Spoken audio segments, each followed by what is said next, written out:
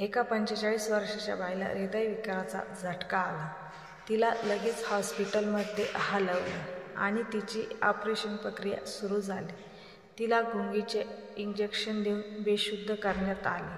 आता तिची आत्मा स्वर्गाच्या गेटसमोर उभी होती. तिने हात जोडले व देवाला विचारले, देवा, माझी पृथ्वीवरील वेळ संपली का? देव म्हणाला, नाही बेटा, अजून 43 वर्ष 8 महिने 2 दिवस बाकी आहेत. ऑपरेशन सफल झाले. तिने मनात ठरवले, आता राहिलेली जिंदगी फुल जगायची.